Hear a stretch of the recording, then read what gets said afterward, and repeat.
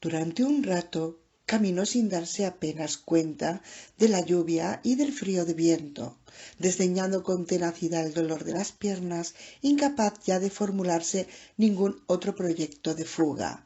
No hacía otra cosa que dejar pasar el tiempo, a la espera de que ellos vinieran a perseguirla. Se detuvo delante de la iglesia luterana de San Juan. Había una luz encendida en el interior.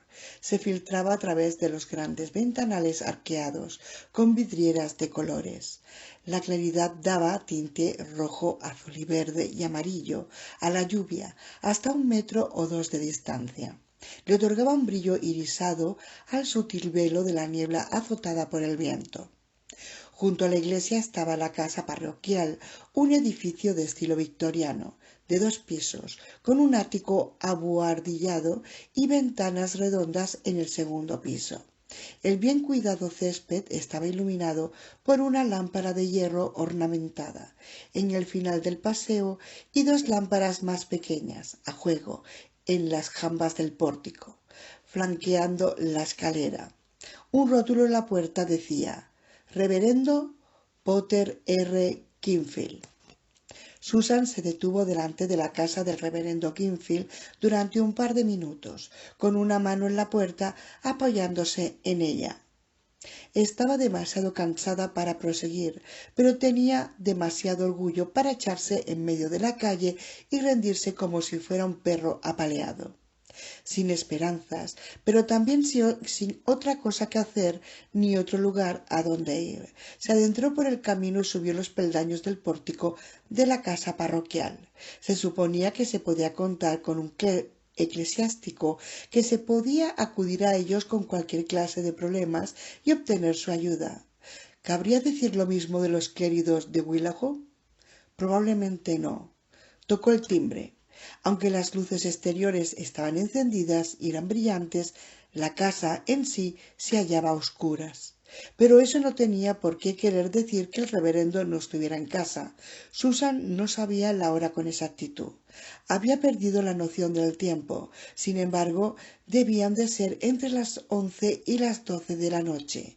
Volvió a tocar el timbre. Otra vez. No se encendieron luces en el interior. Nadie respondió.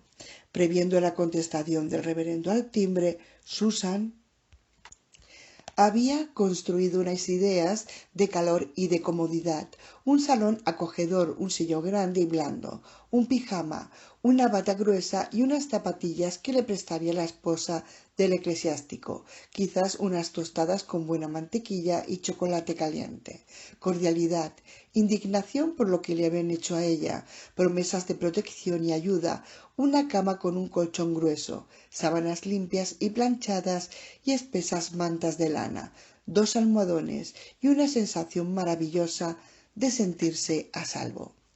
Luego, cuando nadie contestó a la puerta, Susan no pudo expulsar esas imágenes de su mente.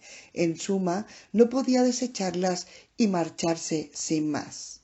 Perder aquellas posibilidades le causaba mucho daño, aunque representase perder algo que nunca había poseído en realidad. Se quedó en el porche, estremeciéndose a punto de llorar, necesitando dramáticamente aquel maldito pijama seco y aquel chocolate caliente, necesitándolo con intensidad tan violenta que esta apetencia desplazó todas sus restantes emociones, incluyendo cualquier miedo a Ernest Hatch, de los muertos andantes y de la gente que estaba detrás de Milestone. Intentó abrir la puerta. Estaba cerrada. Se movió por debajo del porche, tanteando las ventanas de guillotina. Las 3 a la izquierda de la puerta estaban todas cerradas. La primera de la derecha también, pero la segunda no. Se hallaba abombada por el aire húmedo y no era fácil moverla. Mas al cabo se alzó lo bastante para que ella pudiera deslizarse dentro, hacia el interior de la casa parroquial. Susan había cometido una acción ilegal, nada menos, pero era una mujer desesperada y el reverendo Kinfield sin duda la comprendería en cuanto escuchase todos los hechos. Además, aquello era Willow, Oregón, donde no regían las normas habituales de la sociedad. El interior de la casa se hallaba muy oscuro, no podía ver más allá de un palmo. La vivienda no estaba caliente, parecía tan fría como la noche del exterior. Susan fue palpando la pared para seguir andando, moviéndose hacia la izquierda. Pasó la ventana de al lado de la puerta y acercándose luego a ésta. Localizó el interruptor de la luz y lo pulsó. Parpadeó cuando vino un súbito torrente luminoso. Luego volvió a pestañear con sorpresa al ver que la parroquia luterana no era lo que pretendía ser ante el exterior. No era una graciosa y antigua casa victoriana.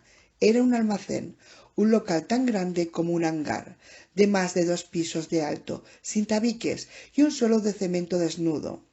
Del techo colgaban con cables unas figuras de cartón de tamaño natural que representaban personajes de la Navidad y además un gran tintineo y renos que estaban esperando a las fiestas. Todo el local se encontraba lleno de cajas de cartón, centenares de ellas estivadas de 4 en 4 o de 5 en 5. Había también baúles, arcones, enormes canastas y 2 docenas de armarios metálicos, cada uno de ellos de 2 metros de altura, 1 de profundidad y cerca de 2 de ancho. Todo estaba ordenado en pulcras filas, que seguían la longitud del edificio, con pasillos de comunicación entre las instalaciones. Desconcertada, Susan se aventuró a separarse de la pared. Fue a explorar a través de las estanterías. En la primera pareja de armarios encontró vestiduras negras, de coro, que colgaban de barras de metal, guardados en bolsas individuales de plástico claro, cerradas herméticamente. En el tercer armario descubrió varios equipos de Santa Claus, 2 vestidos de conejito de Pascua y 4 juegos de trajes de peregrino que, al parecer, eran utilizados en las celebraciones del Día de Acción de Gracias. La primera de las cajas de cartón, según las etiquetas que había encima, contenía folletos religiosos, Biblias, libros de cantos de iglesia. Todas aquellas cosas, incluyendo las figuras de Navidad que estaban suspendidas del techo, eran objetos que cualquier iglesia podría almacenar, naturalmente no en una parroquia falsa, pues esa parte no tendría ningún sentido. Pero aquellas mercancías eran perfectamente legítimas. Sin embargo, encontró otras cosas que parecían fuera de lugar y bastante extrañas. 3 paredes enteras de 20 metros de cajas y canastas, unos 2 o 3 mil contenedores, estaban llenas de vestidos. Las etiquetas componían una curiosa historia. El primer centenar aproximadamente estaba marcado del mismo modo. Modas de los Estados Unidos, indumentaria femenina, 1960-1964. Era Kennedy. Un número más pequeño de contenedores estaba marcado. Modas de los Estados Unidos, trajes y corbatas de hombre, 1960-1964. Era Kennedy. Había muchos vestidos de mujer, algunos trajes de hombre y algunas cajas de ropa de niño de la moda subsiguiente de finales de los años 70. Había incluso grupos de cajas en los cuales se almacenaban indumentarias de varias subculturas. Modas de los Estados Unidos, indumentaria masculina variada, subcultura hippie. Aquello no era el resultado de una gran campaña de recogida de ropas para las misiones de la Iglesia de Ultramar. Estaba claro que era un almacenamiento a largo plazo.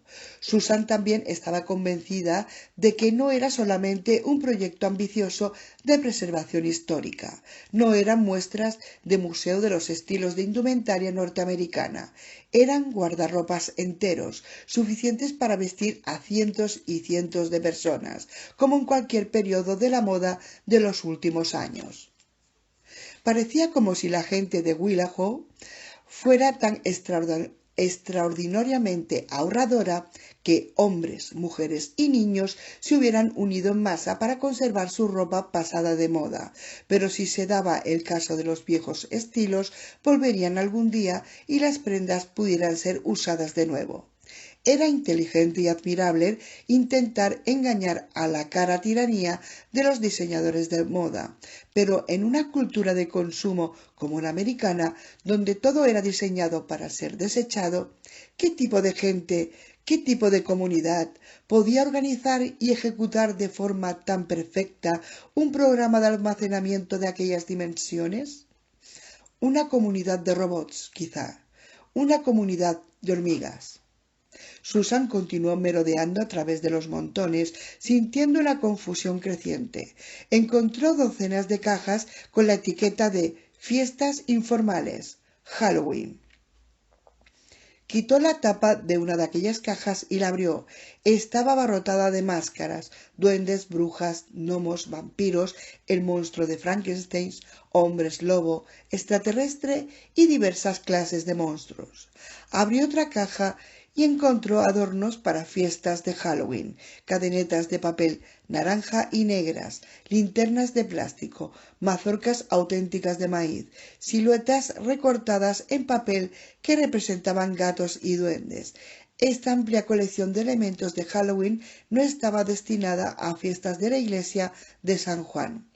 Había allí material para ornamentar la ciudad entera y disfrazar a todos sus niños.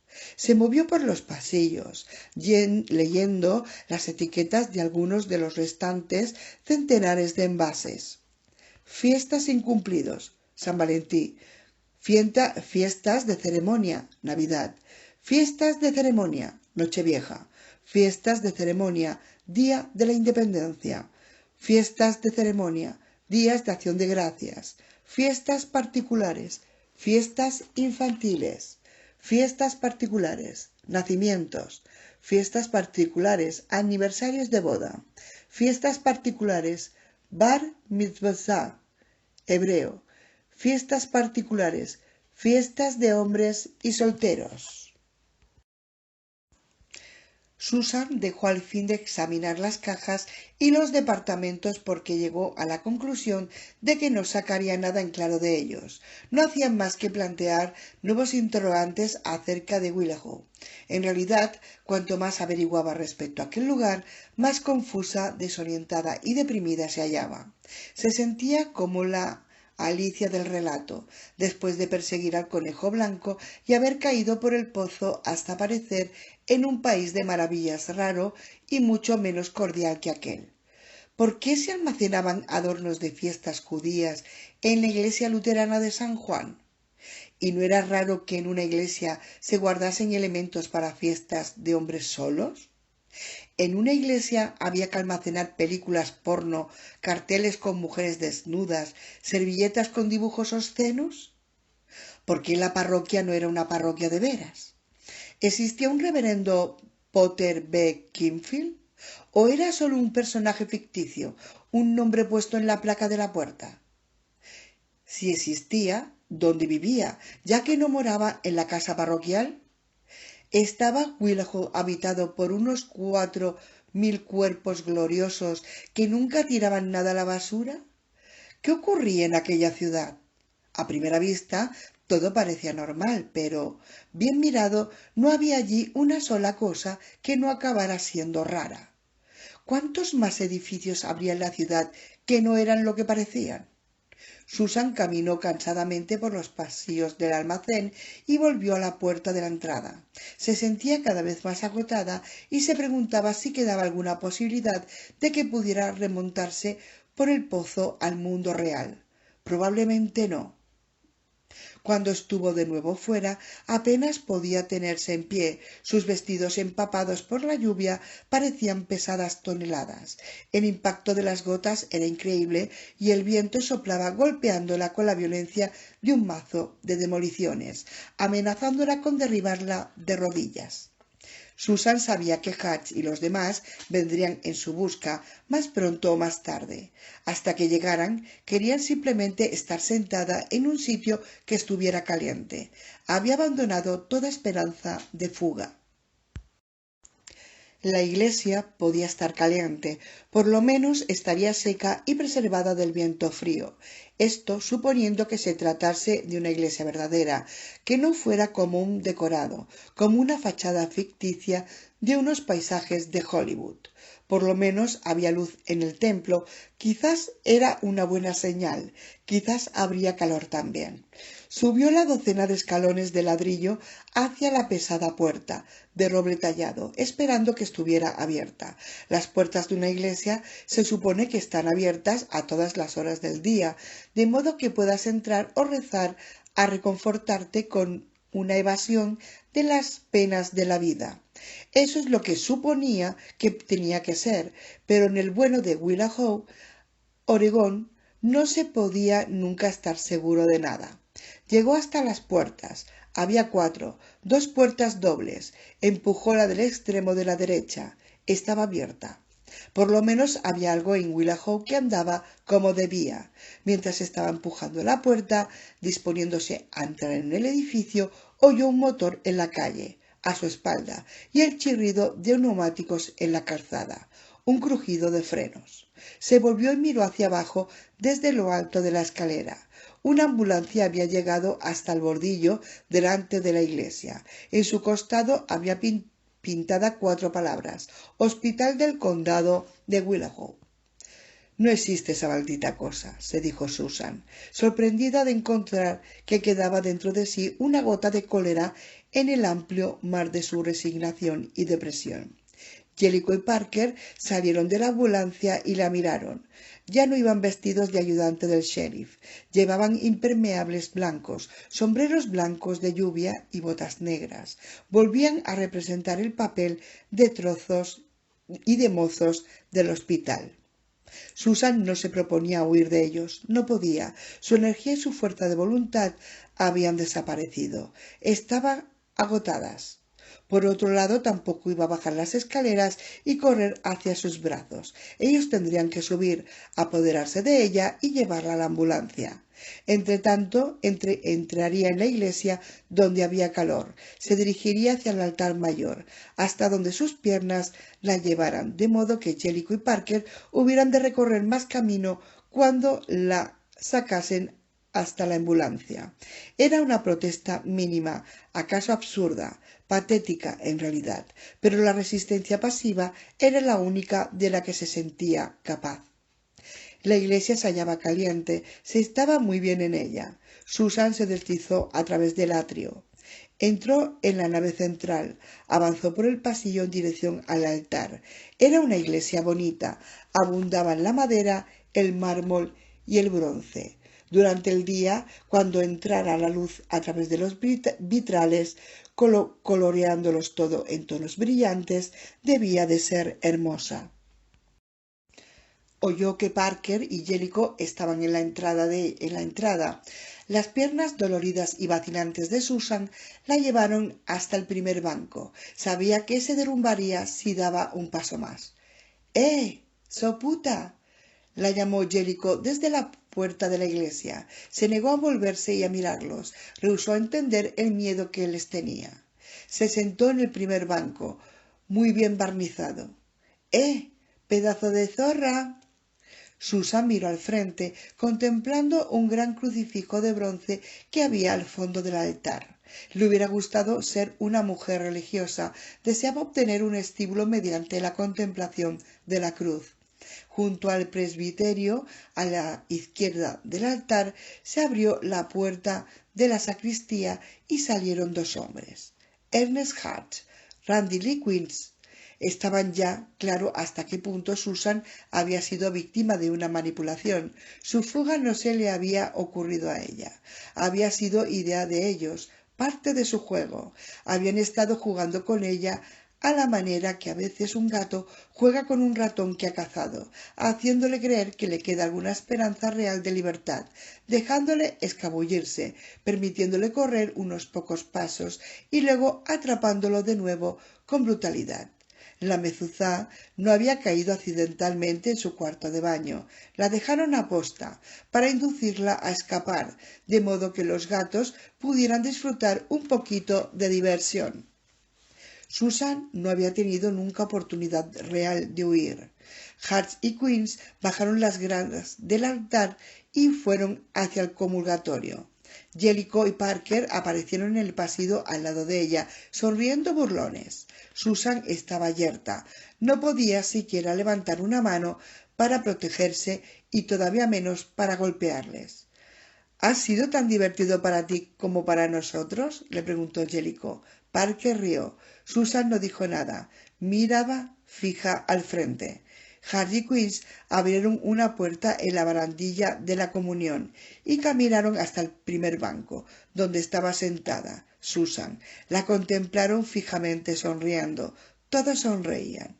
Ella miró entre Queens y Hart tratando de poner los ojos tenazmente en la cruz. No quería que la viesen temblar de miedo. Estaba decidida a privarles de aquel placer, por lo menos mientras pudiera. Hart se detuvo plantado delante de Susan, obligándola a mirarle. «Pobrecita niña», exclamó con su áspera voz, parodiando un tono de compasión. «¿Está cansada nuestra putita?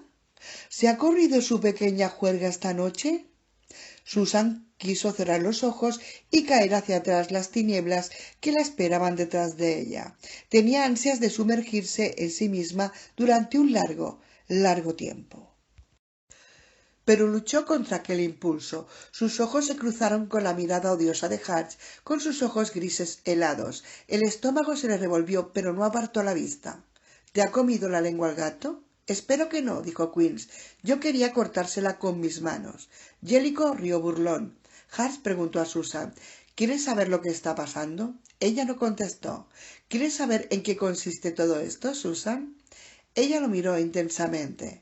«Oh, eres tan tozuda», comentó él en tono sarcástico. «Eres del tipo fuerte, silencioso. Me encanta el tipo fuerte, silencioso». Los otros tres rieron. «Estoy convencido de que quieres saber lo que pasa, Susan», continuó Hart. «En realidad sé muy bien que te mueres por saberlo». «¿Te mueres?», repitió Jellicoe riéndose. Los otros rieron como compartiendo una broma secreta. «El accidente de coche que tuviste», dijo Hart, 3 kilómetros al sur de la curva del Wilton Inn. Aquella parte fue verdad. Ella se negó a ser provocada a hablar.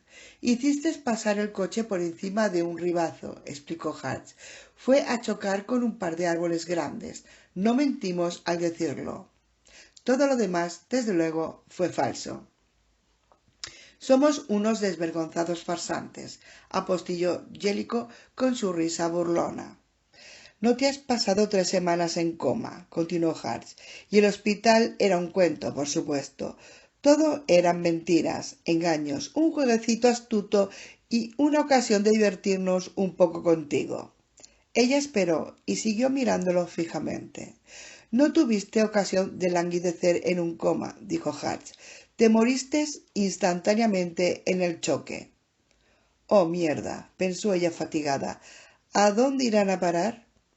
«Instantáneamente», repitió Parker. «Daño global en el cerebro», precisó Jellicoe. «No fue solo un cortecito en la frente», aclaró Queens.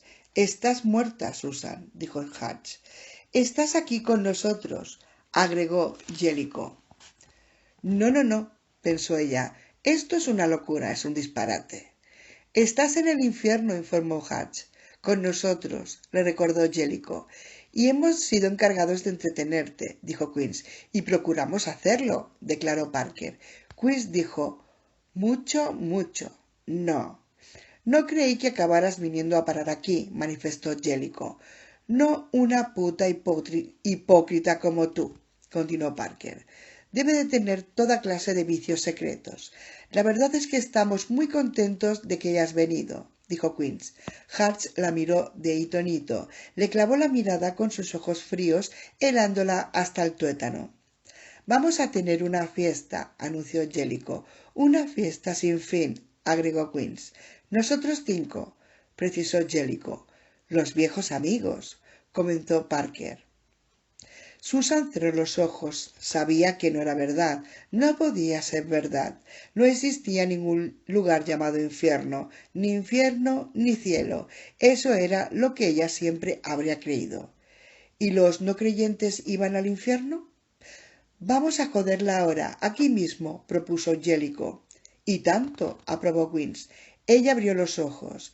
Jellicoe se estaba bajando la cremallera de los pantalones. Hart dijo: no, mañana por la noche. Es el 7º aniversario de mi muerte. Quiero que esto tenga para ella este significado. Jellicoe vaciló, con la cremallera medio bajada. Además, dijo Parker, queremos hacerlo en el lugar adecuado y este no es el sitio mejor. Desde luego, convino Hart. Por favor, Dios mío, por favor, pensó Susan, déjame encontrar el modo de salir del pozo, o déjame morir, nada más. Yo podría sencillamente apoyar la espalda en el banco y echarme a dormir, para siempre. Saquemos a esta puta de aquí, decidió Hart. Se puso en pie, se inclinó, agarró a Susan por el jersey y la arrastró haciendo que sus pies se deslizaran por el suelo. He estado mucho tiempo esperando para hacer esto, declaró poniendo su cara muy cerca de la de Susan. Ella trató de apartarse. Él la bofeteó. Los dientes de Susan rechinaron y la vista se le confundió. Desfalleció y otras manos la agarraron. La sacaron de la iglesia. No la trataban con ninguna amabilidad. En la ambulancia la echaron en la camilla y Hart empezó a preparar una inyección para ella. Finalmente, Susan salió de su letargo lo suficiente para decir: si esto es el infierno, ¿por qué necesitáis ponerme una inyección para abatirme? ¿Por qué no me echáis un maleficio? Porque así es mucho más divertido, contestó Hart riendo irónicamente, y con placer salvaje le hundió la aguja hipodérmica en el brazo. Ella gritó de dolor. Luego se durmió. 17. La luz parpadeante, sombras danzando, un techo alto y oscuro. Susan estaba en una cama. En la cama del hospital. Le dolía el brazo en el punto donde Hart la había apuntillado sádicamente con la aguja. Todo el cuerpo le dolía. Pero no se hallaba en su antigua habitación. Aquel lugar era frío, demasiado frío para ser la estancia de un hospital. Su cuerpo se encontraba caliente debajo de las mantas, pero tenía los hombros, el cuello y la cara completamente helados. El lugar era también húmedo y enmohecido. Muy enmohecido y familiar. La visión de Susan era borrosa. Volvió la cabeza, pero no pudo ver tampoco nada. Girar la cabeza le mareaba. Se sentía como si estuviera en un tío vivo en vez de en una cama. Estuvo dando vueltas y vueltas hasta que se durmió otra vez. Más tarde, antes de abrir los ojos, estuvo un momento quieta, escuchando el bramido de una caída de agua. ¿Estaba lloviendo afuera? Parecía que una lluvia torrencial con el fin del mundo, como otro diluvio universal. Abrió los ojos y volvió a marearse, aunque no tanto como la vez anterior. Había una luz temblorosa y sombras danzantes, como entonces, pero en ese momento se dio cuenta de que era luz de velas, cuyas llamas eran sacudidas por corrientes de aire. Volvió la cabeza en la almohada y vio los cirios. Diez gruesos cirios de cera situados sobre las rocas en los salientes de la caliza más próximos. ¡No! Volvió el rostro hacia el otro lado, hacia el agua rugiente, pero no pudo ver nada. La luz de las velas hacía retroceder la oscuridad solamente hasta la distancia de unos 5 metros. La cascada estaba mucho más lejos, por lo menos a 25 o 30 metros, pero no cabía duda de que estaba allí, cayendo y bramando en el rincón más tenebroso de la caverna. Estaba en la casa del trueno. No, se dijo, no, esto debe ser un sueño, o es que estoy delirando. Cerró los ojos, prescindiendo de la luz de velas, pero no pudo alejarse del olor a moho de la caverna ni del ruido atronador de la cascada subterránea. Se hallaba a más de 4000 kilómetros de la casa del trueno. Maldita sea, estaba en Oregón, no en Pensilvania. Locura. O el infierno. Alguien apartó las mantas que la cubría. Abrió los ojos asustada, jadeando y sollozando. Era Ernest Hart. Le puso una mano sobre la pierna y Susan se dio cuenta de que estaba desnuda. Él deslizó la mano sobre el muslo arriba, pasando por el vello rizado de su pubis, a través de su vientre hasta sus pechos. Se puso rígida ante su tacto. Él sonrió. No, todavía no, bella puta, todavía no por un rato, esta noche. Entonces, cuando quiero. Precisamente a la hora en que me mataron en la cárcel, en el minuto exacto en el que aquel maldito negro me metió un cuchillo en el cuello. Entonces será cuando yo te clave un cuchillo en el cuello y me meteré dentro de ti al mismo tiempo, atornillándote, penetrándote, mientras clavo el cuchillo muy adentro de tu bonito cuello. Esta noche, ahora no. Hart apartó la mano que tenía sobre sus pechos y levantó la otra. Susan vio que estaba sosteniendo una aguja hipodérmica. Intentó sentarse. Jellicoe intervino y la empujó hacia abajo. Quiero que descanses un momento, le comunicó Hart. Descansa para la fiesta de esta noche. Una vez más se puso sádico con la aguja. Cuando terminó de administrarle la inyección, dijo: Carl, ¿sabes tú qué es lo que me gustaría más al matarla? ¿Qué? Inquirió Jellicoe. Que no sea el final, que sea solo el principio, que yo la mate una y otra vez. Jellicoe se rió con burla. Hart continuó: Este es tu destino, zozorra.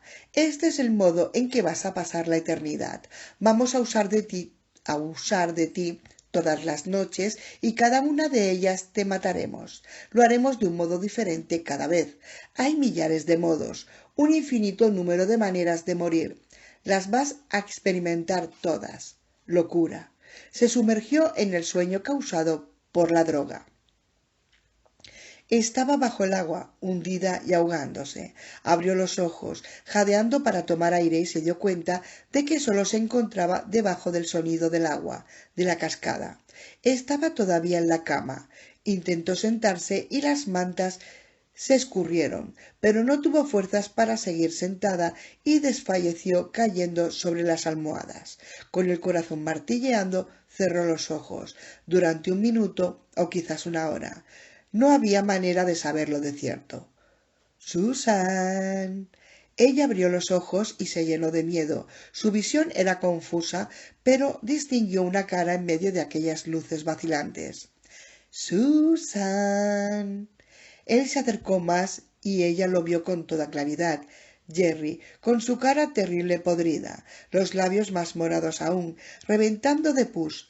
«Susan». Ella gritó. Cuanto más fuerte gritaba, más deprisa parecía girar la cama. Salió despedida hacia el espacio más remoto. Y volvió a despertar. Los efectos de la droga habían pasado ya casi. Estaba tendida con los ojos cerrados, temerosa de abrirlos. Deseó no haberse despertado. No quería volver a estar despierta. Deseaba morir. Susan se quedó muy quieta.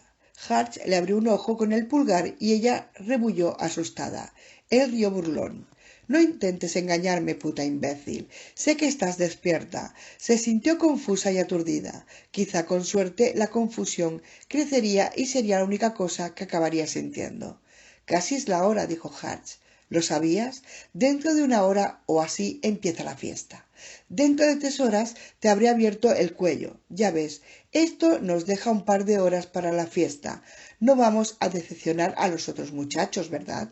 2 horas bastan para que queden contentos, ¿no crees? Tú los despacharás pronto. Una chica tan sexy como tú». Nada de todo aquello parecía real. Era demasiado demencial, demasiado absurdo, demasiado confuso para serlo. ¿Una cama de hospital en medio de una caverna? No era verdad en absoluto. El terror, la violencia, la crueldad sugerida, lo absoluto de la perversidad de Hart, todo ello tenía el estilo de un sueño. Sin embargo, ella podía sentir por separado el daño que le hacían cada una de las 2 agujas que le habían clavado en los brazos. Eso sí que se percibía de un modo real. Hart echó a un lado las ropas de la cama, dejándola de nuevo al descubierto. «¡Hijo puta!», lo insultó ella con voz débil, tan débil que apenas la pudo oír ella misma. Estoy dando un vistazo previo, explicó Hart. Niña, ¿tienes tú tantas ganas como yo? Ella cerró los ojos, buscando la visión y... Hart oyó que Maggie gritaba el nombre de su torturador. Abrió los ojos y vio que Hart se apartaba de ella con cara de sorpresa al tiempo que preguntaba: ¿Qué estás haciendo aquí? Sin fuerzas para permanecer sentada en la cama todo el tiempo, Susan levantó la cabeza de la almohada todo lo que pudo, que no fue mucho, y vio a Jeff McGee. Se hallaba a poca distancia de los pies de la cama. Las luces de las velas, movidas por el aire, echaban sombras agitadas sobre él, dando la sensación de que llevara una capa negra ondeante. Empuñaba una pistola de cañón largo y apuntaba con ella a Hatch, el cual inquirió: ¿Qué diablos estás? Maggie le disparó en la cara. Hatch cayó de espaldas, se perdió en la oscuridad y dio en el suelo con un golpe de sonido terrible. La pistola solo había sonado como un susurro y Susan se dio cuenta de que una parte de aquel largo cañón consistía en el silenciador. El suave silbido, la visión de la cara de Hart despedazándose, el ruido de su peso muerto al golpear el suelo. Todo ello tenía el acento inequívocamente claro de la realidad. No era ya la violencia estilizada, exagerada, prolongada, surrealista, a la que había estado sometido durante los días anteriores. Esto ya no tenía nada de ensoñación, ni remotamente. Era la muerte, fría, dura y rápida. Maggie dio una vuelta para ponerse al lado de la cama. Susan parpadeó mirando la pistola. Se sentía igual de confusa ante el extraño curso de los acontecimientos. Se veía como tambaleándose en el borde de un precipicio. ¿Seré yo la siguiente? Él guardó la pistola en el bolsillo de su abrigo. En la otra mano llevaba un saco y lo vació en la cama, al lado de ella. No, no era un saco, era una funda de almohada, llena de cosas. Nos vamos de aquí, dijo. Empezó a sacar ropas de la funda, las ropas de ella, panties, unos pantalones oscuros, un jersey blanco, un par de zapatillas caseras. Quedaba todavía un objeto grande y redondo en el fondo del envoltorio, que Susan miraba con creciente miedo. Una vez más la sobrecogió la sensación de pesadilla. La realidad se desvaneció y de repente tuvo la seguridad de que lo último que saldría de aquella funda era la cabeza apuntada y podrida de Jerry Einstein. ¡No! —exclamó—. ¡Basta! Jeff sacó el último objeto. Era el blazer de punto de ella, que había sido enrollado como una pelota. No era la cabeza de un muerto. Pero no se sintió aliviada por esto. Estaba tensa todavía, incapaz de agarrarse al borde de la realidad y recobrar el equilibrio. No, dijo, no, ya no puedo soportar más. Terminemos con esto. Maggie la miró extrañado por un momento. Luego sus azules ojos expresaron que había comprendido. ¿Te figuras que esto es el vestuario para otra serie de escenitas odiosas? Estoy muy cansada, protestó ella. No lo es, explicó él.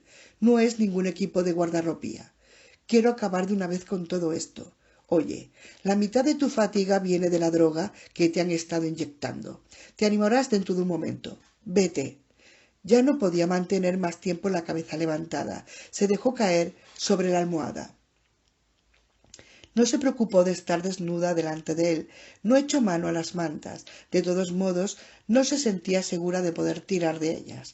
Además, cualquier intento de pudor estaba fuera de lugar después de lo que ellos le habían hecho, después de lo que habían visto de ella. Tenía frío. Tampoco importaba.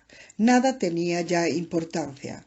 Escucha, dijo Maggie, no confío en que comprendas qué está ocurriendo. Te lo explicaré más tarde. Ahora lo único que tienes que hacer es tener confianza en mí.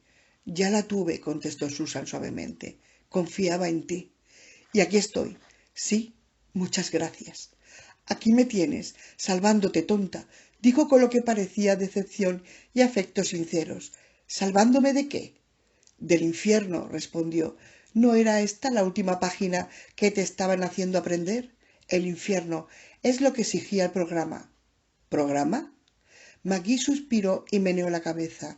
No tenemos tiempo ahora para explicaciones. Has de confiar en mí. Vete. Él pasó un brazo por debajo de sus hombros y la levantó hasta ponerla sentada. Le pasó el jersey blanco por la cabeza y trató de meter sus brazos en las mangas. Ella se resistió lo mejor que pudo. Basta, se negó, basta de juegos sucios. Diantre, gritó él, soltó el jersey y la dejó caer sobre la almohada. Quédate así y escucha. ¿Eres capaz de escuchar? Antes de que pudiera contestar, él sacó una linterna en forma de pluma que llevaba en el bolsillo de abrigo. La encendió y se fue corriendo hacia la oscuridad. El eco de la cascada hacia la cual se dirigía pronto disimuló al resonar sus pasos. Quizá la dejaría sola, o la liquidaría, o la mataría alguno de los otros. Susan cerró los ojos. De repente cesó el ruido de la cascada. La casa del trueno quedó convertida en la casa del silencio. Abrió los ojos, con el ceño fruncido. Por un momento creyó que se había quedado sorda. Maggie le gritó desde la oscuridad. ¿Has oído esto? No era más que la grabación del sonido de una cascada.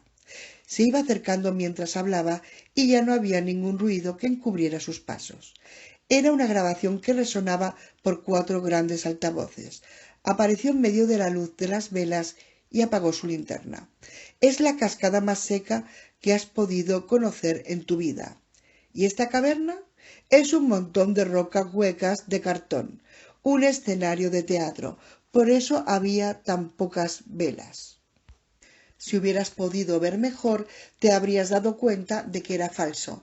Está instalado en medio del gimnasio del colegio de bachillerato, para que tengas una sensación de espacio abierto más allá de las tinieblas.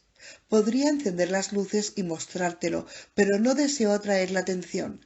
Las ventanas están cerradas, pero si saliera un poco de luz, alguien podría darse cuenta y venir corriendo. Y el olor a moho, si es que te lo preguntas, es de lata. Garantizado para que un espeleólogo se sienta completamente en casa. Algunos de nuestros hombres lo prepararon en el laboratorio. ¿Verdad que son hábiles? ¿Qué es Willow? Preguntó ella, sintiéndose interesada contra su voluntad y a pesar del miedo a ser engañada una vez más. Ya te lo explicaré en el coche, prometió Maggie. No hay tiempo ahora. Tienes que confiar en mí. Ella vaciló, sumida a sus pensamientos. Él dijo, si no tienes confianza en mí, no descubrirás nunca lo que es Willow.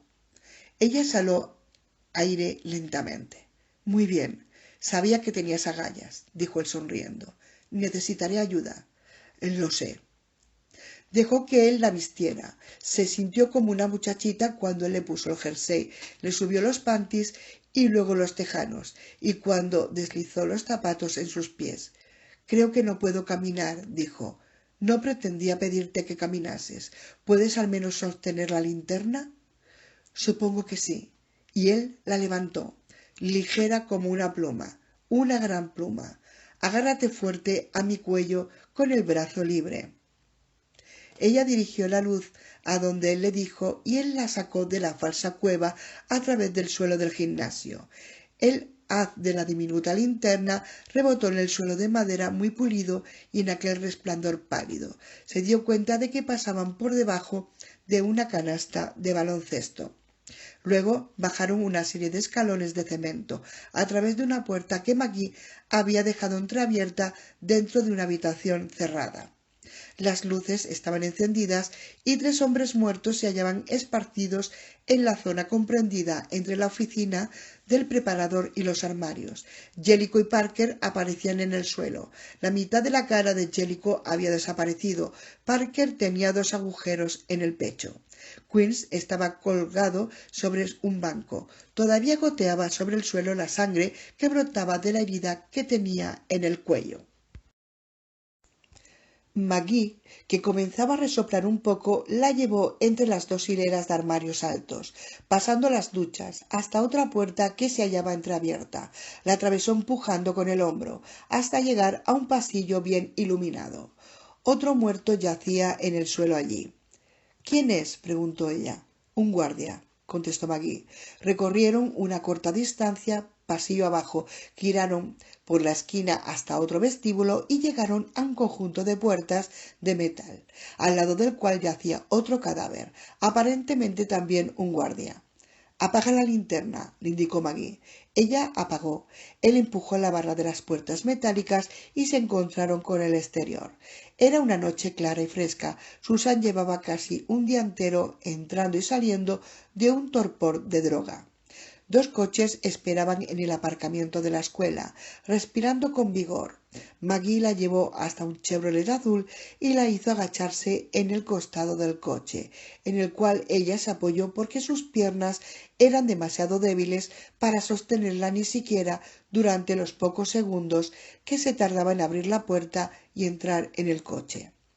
Condujeron a toda velocidad, saliendo de Willow por la calle principal, la cual acababa en una carretera vecinal.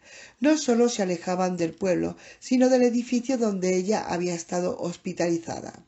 Ninguno de los dos habló hasta que se perdieron de vista las últimas luces de la población y estuvieron rodeados de paisaje verde y silvestre. Acurrucada en el asiento del pasajero, Susan levantó los ojos hacia Maggie. Su cara parecía extraña a la luz verdosa del cuadro de mandos, extraña pero no amenazadora. Ella no acababa de fiarse de él, no sabía qué pensar. «Cuéntame», pidió. «Es difícil saber por dónde empezar».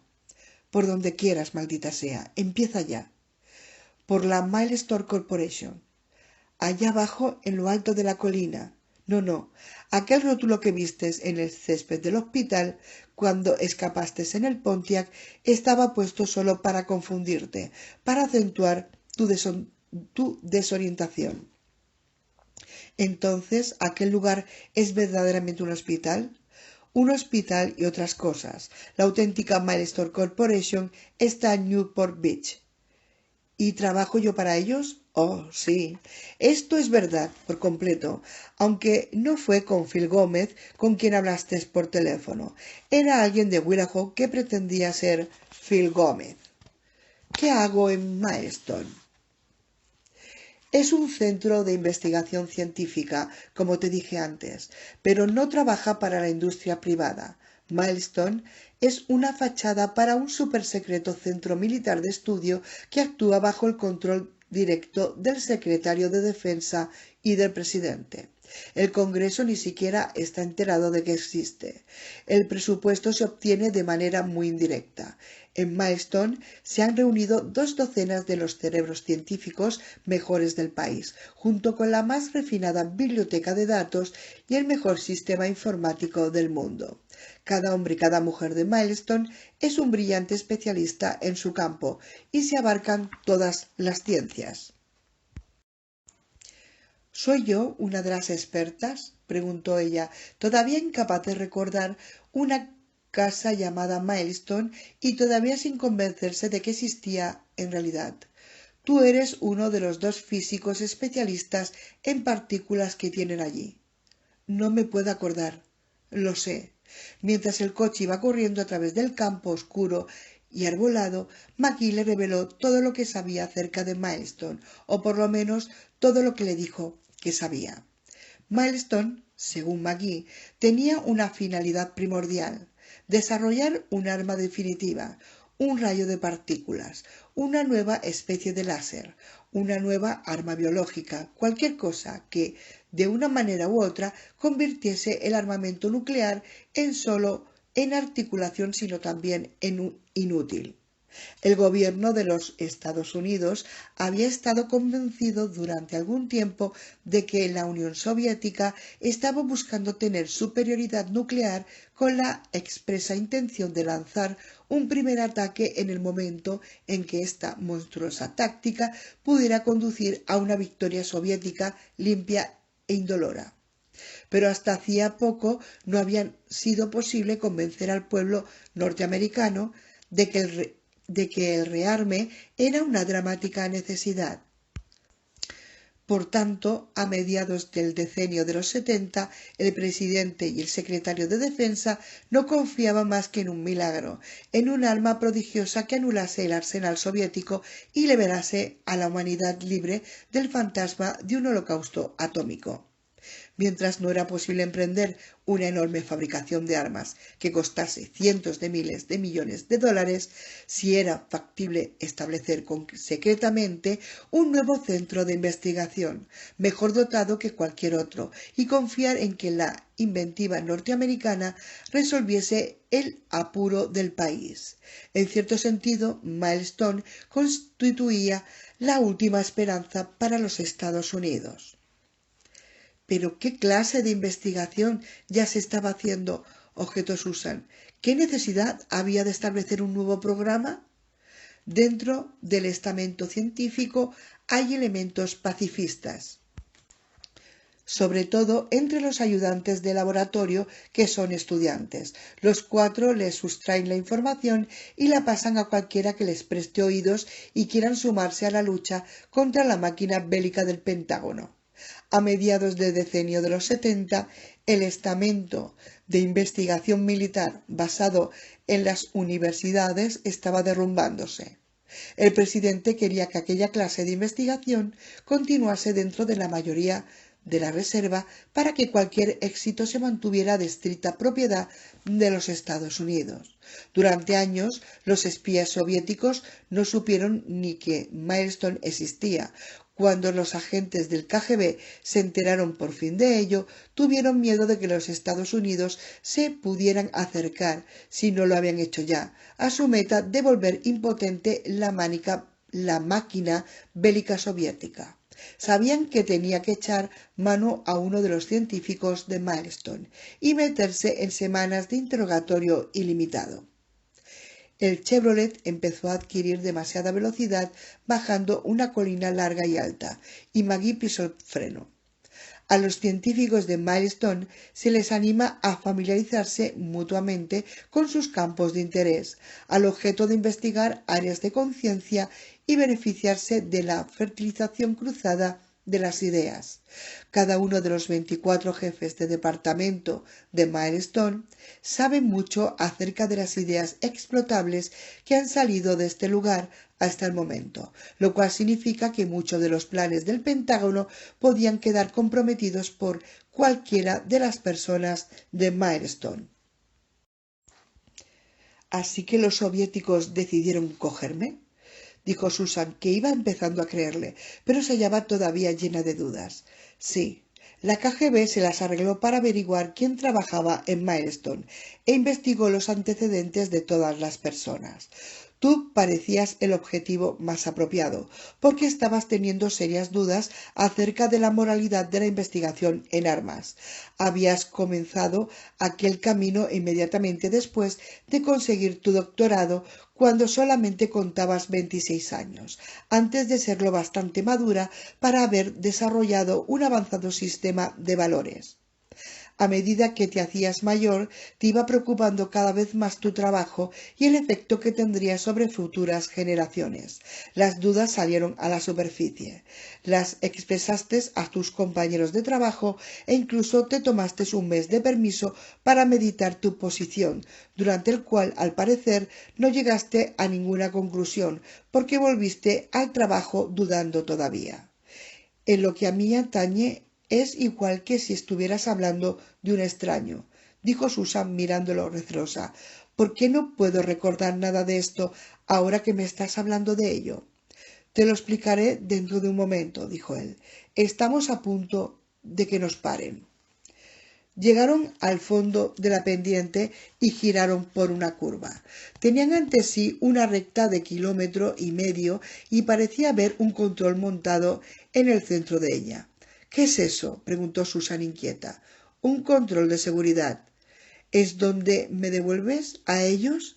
¿Es donde el juego se hace desagradable otra vez?, preguntó ella, teniendo todavía dificultades en creer que él se hallaba de su parte. Jeff la miró frunciendo el ceño. Dame una oportunidad, ¿de acuerdo? Dame solo una oportunidad. Estamos dejando una zona militar muy restringida y tenemos que pasar a través de un control. Sacó 2 juegos de papeles de un bolsillo de abrigo mientras conducía con la otra mano. Deja caer la cabeza y haz ver que estás dormida. Susan hizo lo que él le indicó, pero a través de los entornados párpados observó el control brillante iluminado, 2 casetas y una puerta entre ellas. Luego cerró los ojos y dejó que la boca se le quedara entreabierta, como si estuviera durmiendo profundamente. No digas ni una palabra. Muy bien, aceptó ella. No importa lo que suceda, ni una palabra. El guarda habló y Maggie contestó, no en inglés. Susan se quedó tan sorprendida de oírle hablar en un idioma extranjero que casi abrió los ojos.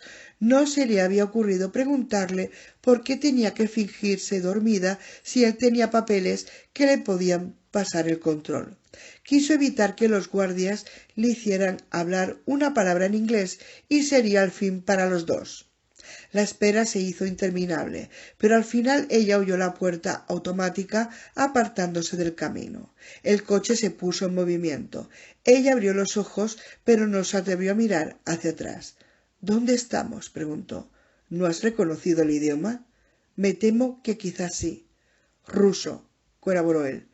Ella estaba sin habla. Meneó la cabeza. No. A unos 45 kilómetros del Mar Negro, explicó él. Ahí es donde nos dirigimos. Al mar. ¿Dentro de la Unión Soviética? Eso no es posible. Es una locura. Es verdad. No, rehusó ella, acurrucándose contra la puerta. No puede ser cierto. Se trata de otro montaje. No, insistió él. Escúchame hasta el final. No tenía otra opción, puesto que no iba a arrojarse desde un coche en marcha, y aunque pudiera salir del coche sin matarse, no estaba en condiciones de correr, ni siquiera sería capaz de huir muy lejos andando. El efecto de las drogas había comenzado a desvanecerse y ella sentía que la fuerza volvía otra vez a sus piernas. Sin embargo, continuaba agotada, virtualmente desvalida. Además, quizá Maggie estaba diciendo la verdad esta vez. No podía asegurarlo, pero él dijo: los agentes de la KGB te secuestraron mientras estabas de vacaciones en Oregón. ¿Nunca hubo, pues, un accidente de coche? No. Eso era parte del programa que diseñamos para sostener la comedia de Willow. En realidad te cogieron en Oregón y te sacaron a escondidas de los Estados Unidos en un vuelo diplomático. Susan frunció el ceño. ¿Cómo es que no puedo recordar eso? Te sedaron durante el viaje a Moscú. Pero al menos yo debería recordar que me secuestraron, insistió ella. Todos los recuerdos de aquel acontecimiento fueron borrados cuidadosamente de tu mente con ciertas técnicas químicas e hipnóticas. Lavado de cerebro, sí. Era necesario quitar el recuerdo del secuestro con objeto de que el programa de Willow te pareciera una realidad. Ella tenía docenas de preguntas acerca de Willow y de ese programa al cual él se refería repetidamente, pero se contuvo y dejó que él se lo contara a su manera. En Moscú te llevaron primero a las instalaciones de detención de la KGB, un lugar realmente desagradable en la prisión de Lubyanka. Cuando dejaste de responder al interrogatorio y a los recursos usuales de trucos psicológicos, se volvieron más rudos contigo. No te pegaron ni nada parecido, nada de torturas, pero de algún modo fue peor que el tormento físico. Utilizaron sobre ti varias drogas desagradables, llenas de efectos secundarios extremadamente peligrosos, un truco debilitante física y mentalmente que nunca debería ser utilizado en ningún ser humano por ninguna razón. Naturalmente era solo el procedimiento normal de la KGB para extraer información de una fuente obstinada. Tan pronto ellos emplearon aquellos métodos, en cuanto intentaron obtener de ti respuestas forzadas, sucedió una extraña cosa. Perdiste toda la memoria consciente de tu trabajo en Milestone, hasta el último vestigio de ella, y solo quedó una laguna donde habían estado aquellos recuerdos. Todavía existe una laguna. Sí, incluso drogada, incluso perfectamente dócil, fuiste capaz de decirle nada a la KGB. Trabajaron sobre ti 5 días, 5 días muy intensos antes de que finalmente descubrieran lo que había sucedido. Maggie dejó de hablar y redujo a la mitad de la velocidad del coche mientras se apresuraban a un pueblecito de unas 100 casas. Este pueblo diminuto no se parecía en nada a Willow, no asemejaba ser un lugar norteamericano, con la excepción de algunas luces eléctricas esparcidas. Parecía como si pertenecieran a otro siglo. Algunas casas tenían tejados de piedras, otras los tenían de madera y de cañas. Todas las estructuras eran achaparrados, con ventanas muy pequeñas. Lugares sosos y sombríos. Parecía un poblado medieval. Cuando hubieron pasado la villa y volvieron a encontrarse en la carretera, Maggie apretó de nuevo con fuerza el acelerador. «Estabas a punto de contarme por qué perdí todos mis recuerdos de Milestone», le apuntó Susan. «Sí, bien. Resulta que cuando alguien va a trabajar para el proyecto de Milestone, debe estar de acuerdo en emprender una serie de tratamientos complicadísimos de modificación del comportamiento que hacen imposible que hable de su trabajo con nadie que no esté en Milestone. Si no se halla de acuerdo en someterse al tratamiento, no consigue el trabajo. Además, en lo profundo del subconsciente de sus mentes, a todos los empleados de Milestone se les surte de mecanismos psicológicos hábilmente construidos que pueden disparar bloqueos de memoria. De esa manera se evita que los agentes extranjeros les saquen a la fuerza información vital. Cuando alguien intenta obtener datos secretos de un empleado de Milestone por medio de tortura, drogas o hipnosis, todo el recomiendo de su trabajo que tiene ese empleado cae al momento en el más hondo del subconsciente, detrás de un bloque impenetrable de donde no puede ser extraído. Ahora sabía ya por qué no podía ni siquiera recordar qué aspecto tenía su laboratorio de Milestone. Sin embargo, todos los recuerdos estaban todavía ahí, dentro de mí, en algún lugar. Sí. Cuando salgas de Rusia y regreses a los Estados Unidos, Milestone tendrá sin duda algún procedimiento para disolver el bloqueo y devolverte la memoria. Y probablemente es un procedimiento que solamente puede ser efectuado en Milestone, algo que te implica a ti y al ordenador, quizás una serie de palabras clave de desbloqueo que el ordenador te descubriría solamente a ti, y solo después de que te hayas identificado positivamente con él, dejándole que visualice tus huellas dactilares. Naturalmente, estos son simples conjeturas. Nosotros no sabemos cómo Milestone restaurará tu memoria. Si lo supiéramos, habríamos utilizado la misma técnica. En lugar de ello, tuvimos que acudir al programa de Willow con la esperanza de romper el bloqueo en una serie brutal de shocks psicológicos. La noche brillaba. La tierra era mucho más llana ahora que lo que había sido alrededor de Willow. Había menos árboles. La luna se había elevado, proporcionando un resplandor fantasmal. Susan se dejó caer en su asiento, cansada y tensa a la vez, observando la cara de Maggie mientras hablaba, intentando tenazmente de detectar cualquier señal del engaño, confiando desesperadamente en que él no la estuviera preparando para otro shock psicológico brutal. Un bloqueo de memoria puede estar basado en cualquier emoción, amor, odio, miedo, pero la más efectiva es el miedo, dijo Maggie. Ese fue el inhibidor que Milestone utilizó cuando creó tu bloqueo miedo. A un nivel muy profundo del subconsciente estás aterrorizada de revelar cualquier cosa acerca de Milestone, porque ellos han utilizado la sugestión hipnótica y las drogas para convencerte de que morirás de modo terrible y doloroso en el momento en que hagas la más mínima revelación a agentes extranjeros.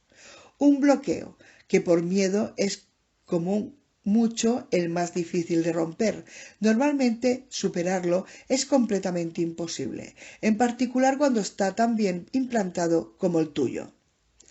Pero tú encontraste un modo. Yo personalmente no. La KGB emplea legiones de científicos que están especializados en técnicas de modificación del comportamiento, lavado de cerebro y esas cosas. Algunos de ellos piensan que un bloqueo por miedo puede ser destruido si el sujeto, tú en este caso se enfrenta con un miedo mucho mayor que aquel sobre el cual está basado el bloqueo. Entonces no era realmente fácil encontrar un miedo que sea mayor que el miedo a la muerte. En la mayoría de nosotros ese es el número uno, pero la KGB había investigado muy a fondo tu vida antes de que decidieran cogerte y cuando revisaron tu dossier pensaron que habría hallado tu punto débil. Estaban buscando un acontecimiento de tu pasado que pudiera ser resucitado y reconstruido en una pesadilla viva, palpitante, en algo que tú temieras más que la muerte. La casa del trueno, dijo ella torpemente. Ernest Hartz. Sí, respondió Maggie. Esa era la clave del plan que montaron. Después de estudiarte durante algún tiempo, la KGB determinó que eras una persona inusualmente bien ordenada, eficiente y racional. Sabían que odiabas el desorden y el pensamiento chapucero. En realidad, parecía que eso presidía todos los aspectos de tu vida, incluso de un modo obsesivo. ¿Obsesivo? Sí, admitió Susan. Creo que quizás soy así. O lo era. A la KGB le parecía que la mejor manera de romperte por las costuras era sumergirte en un mundo de pesadilla en el cual todas las cosas se fueran haciendo cada vez más irracionales, un mundo en el cual los muertos podían volver a la vida, en el que nada ni nadie era lo que parecía ser. Así que te trajeron a Willow. Cerraron un ala del Hospital de Investigación del Comportamiento situado allí y lo convirtieron en escenario de sus complicados montajes. Intentaron empujarte lentamente hacia un colapso mental emocional, o las dos cosas, que culminaba en la falsa casa del trueno. Tenían planeado un asunto muy desagradable: violación y tortura, repetidas veces a manos de los 4 hombres muertos. Susan meneó la cabeza, asombrada.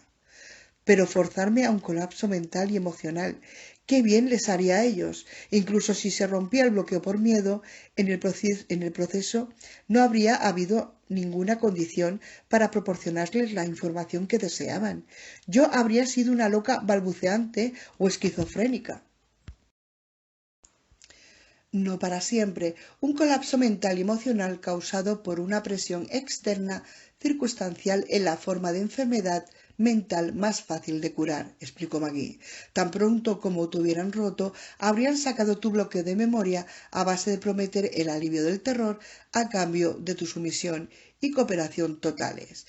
Habrían comenzado inmediatamente a rehabilitarte, conduciéndote de nuevo a la cordura, o al menos algo parecido, a un estado en el cual se te pudiera interrogar y fuera posible confiar en que proporcionaras una información cuidadosa. Espera, le interrumpió ella. Espera un momento. Reunir los socias, escribir el guión de todo ello, prevenir las contingencias, transformar el ala del hospital. Todo eso tiene que haber requerido muchísimo tiempo.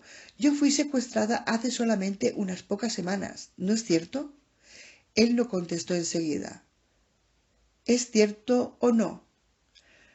Tú llevas en la Unión Soviética más de un año, le reveló Maggie.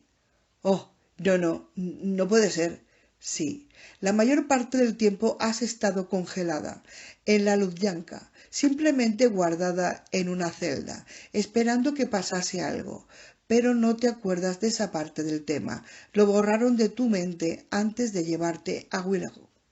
La perplejidad de Susan dio paso a una furiosa cólera. ¿Borrado?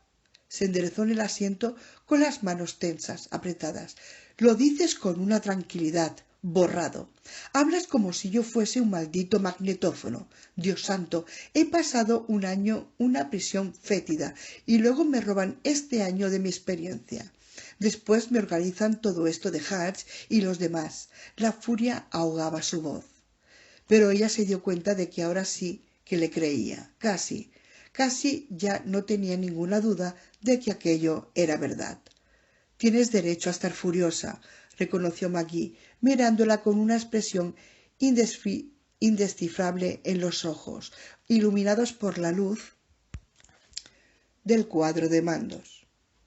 Pero por favor, no te enfades conmigo. Yo no tuve nada que ver con lo que te ocurrió entonces. Yo no tuve nada que ver contigo hasta que te llevaron a Willow. Y entonces hube de planificar mi tiempo hasta que tuviera una oportunidad de sacarte de allí. Siguieron en silencio unos minutos, mientras la ira de Susan se atenuaba y pasaba de la ebullición a la tibieza.